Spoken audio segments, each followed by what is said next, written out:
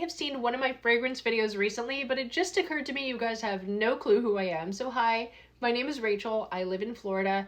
I mostly grew up here, but I did spend 7+ years in Central America when I was like a teenager to a young adult. So I lived in Panama and then I lived in Guatemala, so I speak Spanish. My husband and I actually own and operate community-based housing for people in recovery from addiction. This can be an extremely rewarding line of work, but it also can be really stressful and round the clock. Before getting into fragrance, my hobby was always reading ever since I was a super young kid. I love history, especially ancient history, military history. I think trying to study the past in order to understand why things are the way they are today has always really captured my imagination. I get comments about why I have a bunch of books in the background of a fragrance channel. This is just my home office. I happen to keep my books here and it happens to be the best place for me to film. So it just kind of ended up that way.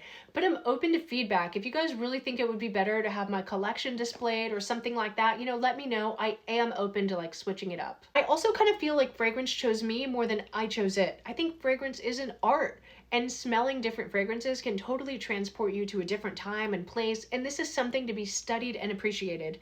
And I think once all of that clicked, it was all over for me.